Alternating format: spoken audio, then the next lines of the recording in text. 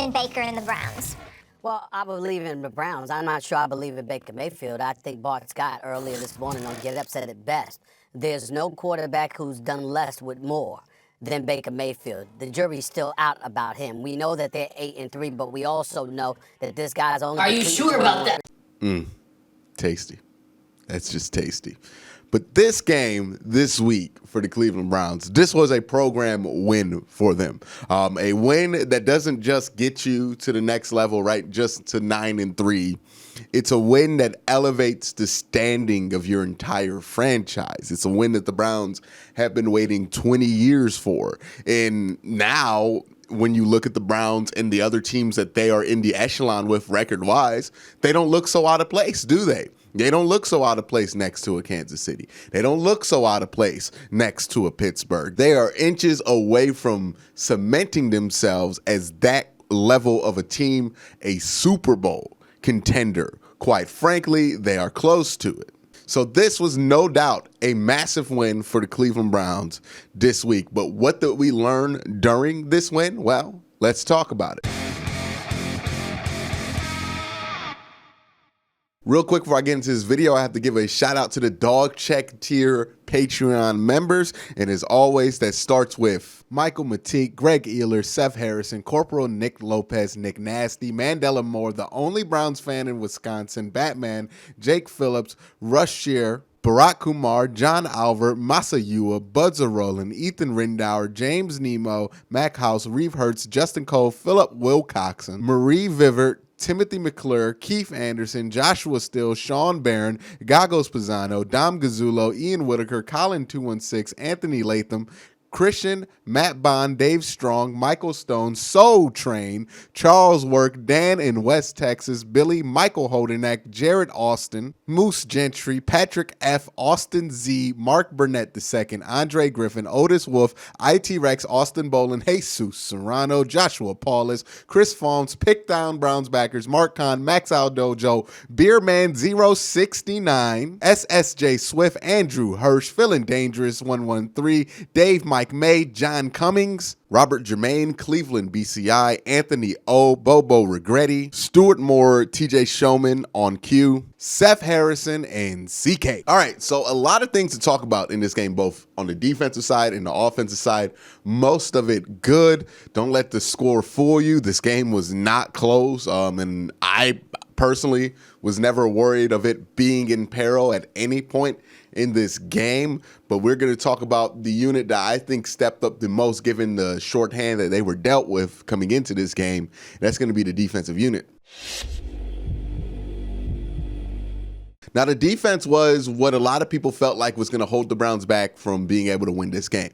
We knew that the offense could show up against Tennessee. We just weren't sure if the defense was going to be able to do a good enough job against this Tennessee Titan offense, this very good Tennessee Titan offense. I mean, you had Ryan Tannehill playing at a supposed top 5 level. You had Derrick Henry and D. Hember, right? That's like the big thing where he goes off. And they just had an explosive game against the Colts the week before. So you're going into this game and you feel like you're going to be up for a challenge on the defensive side of the ball without Denzel Ward, who is undoubtedly your best cover corner on the team, probably the best cover corner in the AFC, if not the NFL. So you had all that going for you. Well, not going for you. You also don't have Ronnie Harrison out there. So you're shorthanded in the secondary. You're low in depth.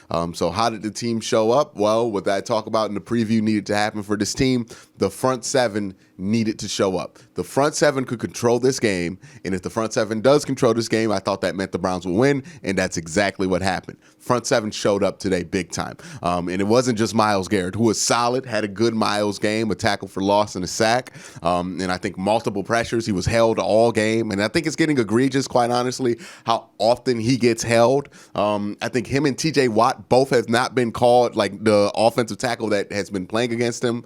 No offensive tackle has been called for holding on TJ Watt or Myles Garrett And if you look at the numbers that they put up, if you look at the insane amount of production both of them have put up, that's ridiculous. One, that they're able to do that in spite of them being allowed to be held every play. And two, it's ridiculous they're not more holding calls called on them, because there are ticky-tack hold calls still being called all up and down the defensive line.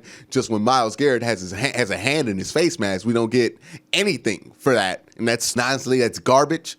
You know, you pay these defensive ends for their ability to rush the passer, for their ability to get back there and disrupt the game. And for the NFL, or for the referees or whatever is in charge to give a mandate out to kind of nerf them without really making it known league-wide. So guys are still paying these pass rushers $20, $25 million, but you're going to nerf them by letting offensive linemen hold them all game is ridiculous. So if that's not the case, then start calling the holds on Myles Garrett. But I'm starting to get fed up with it from this point, and luckily it hasn't cost the Browns anything. But boy, if it does cost anybody a serious game in the playoffs, you're going to look at this being like the pass interference situation 2 years ago, where you're going to have to make holding reviewable because you made such an egregious error. And this is the road that we're heading down if they don't start calling some of these holds. It's ridiculous.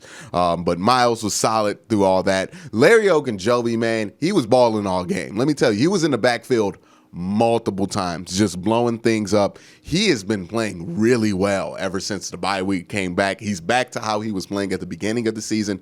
Had that little 4-game lull where he just disappeared, but he has been playing really well. Sheldon Richardson has been as solid as he always has been. Great free agency pickup there. He has been a solid veteran presence on that defensive line. I would love to see them add more defensive linemen in the draft and in free agency, but for right now, those two players stepped up. Sione Takitaki, really good in run coverage, not great in pass coverage, but if you can have him there on a rotational basis, he's an extremely good run defender. I love his aggressiveness, and I think that was really beneficial for the Browns against a team like Tennessee that likes to run to the outside, you know, the outside stretch plays and outside zones that they like to run. I think it was very beneficial to have Takitaki out there. I think he made a difference. Mack Wilson also had a good game, and this is what I like to see. The team, for the first time all season, and since Myles Garrett has been on the team, it looks like the other guys, not named Myles Garrett, finally took advantage of the crazy amount of attention that Myles Garrett commands. It finally looks like they're able to win those one-on-one battles and able to disrupt if a team is going to put 1, 2, 3 heads on Myles Garrett. And that is a really positive sign going forward, because if that's the case, the Browns are going to be able to beat a much higher quality of team if those guys can step up and create pressure while Myles is getting triple or double team, forcing them to not double team Myles. And if you don't double team Myles, well, we know what's going to happen. So good stuff from the front seven. I have no complaints. I know the second half happened. I don't blame that on the front seven. I think that was more the defensive play call strategy from Joe Woods, and I'll get to that. I thought Terrence Mitchell also had a much better game this week than he has had in the last few weeks. He was a bit more consistent. He wasn't shut down. He's not Denzel Ward, but he's fine on that second. He's fine as the number 2 corner. It's just unfortunate he has to be the number 1 right now. And, you know, I just think also when you talk about this defense, I know on the surface it seems really bad, but I honestly don't think they're that far from being able to be a top 15 defense more consistently, because Sendejo wasn't awful. If you get Ronnie Harrison back, that means you have more flexibility with Carl Joseph as kind of a hybrid linebacker to stop some of these rundowns. And then Denzel Ward being out just kind of shakes up your secondary in a way that it doesn't need to be shaken up. I mean, communication was already a problem with them. And you're moving outside guys back inside. It just kind of becomes its own mess. And that has been a very difficult thing for this Browns secondary to kind of recover from. But I do think if they get healthy, hopefully Ronnie Harrison come back in 4 weeks instead of 6 weeks. You get healthy right before the end of the season. I think this defense can be a lot better and stand a lot better of a chance against some of these passing attacks once the year goes on. But play calling, I think, is the only thing negative I'll say about the defense. I felt like they should have been more aggressive. They should have took more chances and did what worked in the first half instead of just being completely conservative and trying to just completely dominate the time of possession battle. You need to win the time of possession battle, but you don't need to win it by like 15 minutes. You can win it by 5 minutes and dominate a lot more if you're willing to take more risk on the defensive side of the ball. And the way the defense was playing, I wouldn't have minded, but I understand the thinking there. You just don't want to let the score get away from you. But in doing so, you did let the score kind of get away from you. But again, don't let the score deceive you that much. It's more indicative of some of the Browns' habits once they get up, but those habits don't seem to cost them. And these been against Dak and Dallas did this, and then now the Tennessee Titans did this. So even if you're worried that a better team could come back up on you, that'd be like the Chiefs. And at that point, I mean, the Chiefs can come back on anybody at any time. So these things aren't something that project to hurt you long term, and you're going to get healthier in the secondary, which I think will definitely help out. But wish he would have relied on that front seven more at the end of the game to close it out instead of going to a very injured defensive back room to kind of close this thing out, which wasn't successful. That's my only gripe about it. Now let's talk about the offense. All right. Well, you know who we got to talk about. Baker Mayfield. He was amazing. 4 touchdowns, 334 yards, 25 of 33. And he had, ever since that second quarter started in Cincinnati, he has been way, way better from a pocket standpoint, from pocket mechanic standpoint, footwork most of the time. Sometimes he has bad feet. From a decision-making standpoint, from a literal everything standpoint, he has been. It seems like the offense is clicking with him. He has confidence in this offense, and it feels nice to see your young quarterback develop and grow and become better and better. Again, it doesn't happen right away for everybody, right? It took Big Ben 6 years to be good. So it looks like that process is happening, and we're seeing a Baker Mayfield who's not a game manager. I felt like that was always egregious, but not just a good quarterback, but a quarterback that can take over the game. That's what Baker Mayfield's done 2 times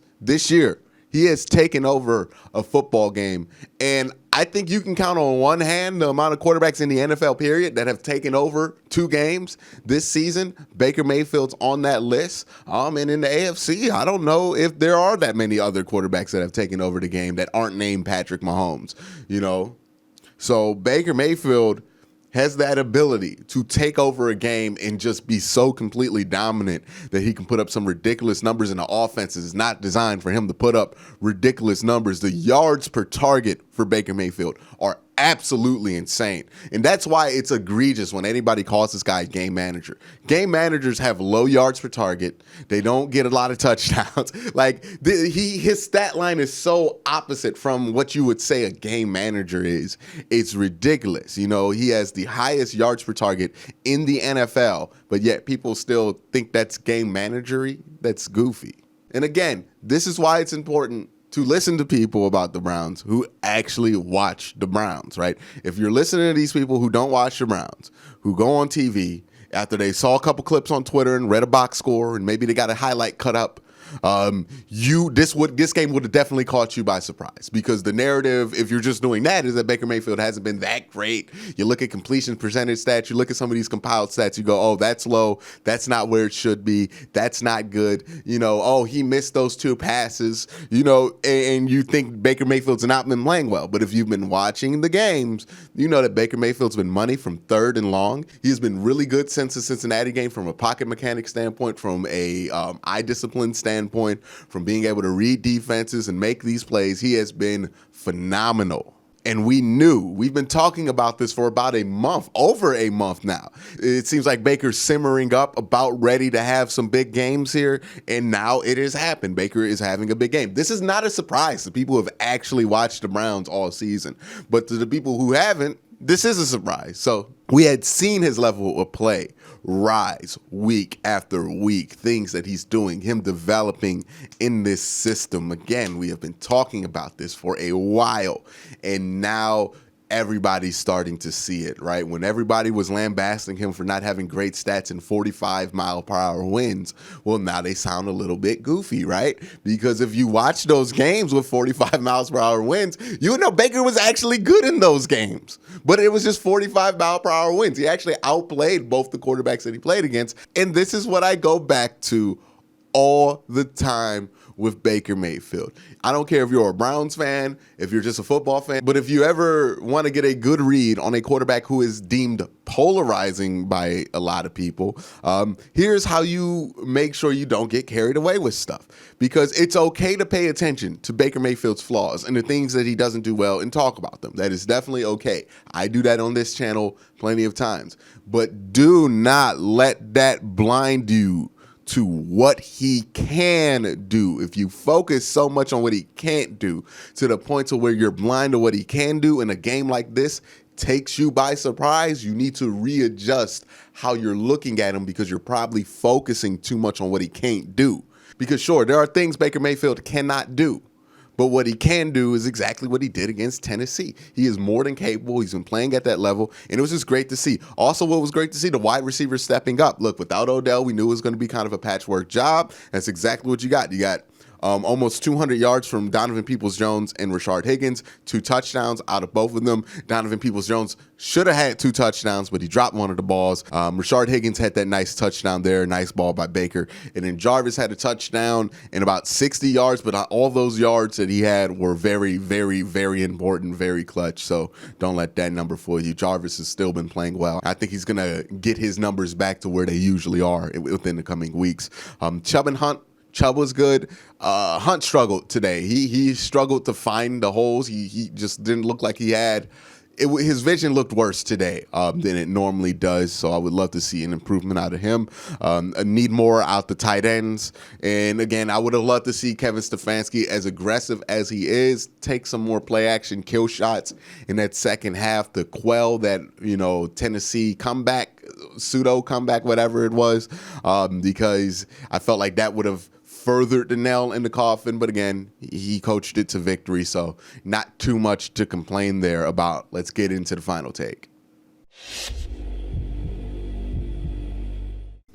All right, Browns fans, take a deep breath, because the Cleveland Browns are good. I know since the beginning of the season till when they were 8-3, it has been kind of hard to buy into this team being good, right?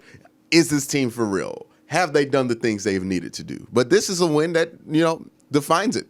They are good. And now they are in control of their playoff fate. Because with this win, it's not just an important win for a morale standpoint. It's an important win for the wild card standpoint, because they sweep the AFC South, which means they get the tiebreaker over Indy and Tennessee. So those are the 2 teams that are at 8-4 right behind the Browns.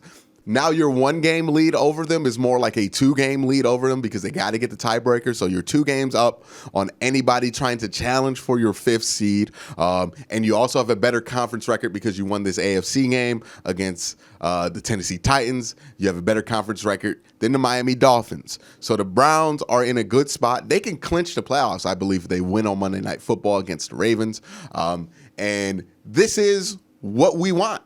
This is what we expected in 2019. This is what we hope to have for years going forward, which is not just good football, which is not just acceptable football, which is not just average football, not embarrassing football, all the low standards Browns fans has put out just to not watch mediocrity time in, week out. Now we are at a level where we're approaching excellence, not perfection, but excellence, right? When you're talking about potentially finishing 12-4 or higher than that, and you're approaching NFL excellence. That's a excellent record if you can get it. They have to get it. They're at 9-3 right now, and I feel like they got a good chance here, as good as a chance as any, to kind of finish strong here at the end of the season. But that's what the situation is. They took their chain back from Tennessee, who stole it in week 1 in 2019. And now let's see where this team goes with that confidence. Are they overconfident on Monday Night Football and drop that game to Baltimore? Or do they take that confidence and build upon that and start to go on a streak here to end the season and enter the playoffs hot? I don't know what the answer would be. I definitely know what I hope it will be. But again, guys, thank you for watching. Let me know your thoughts down in the comment section below. And again, guys, have a great day. Have a good night.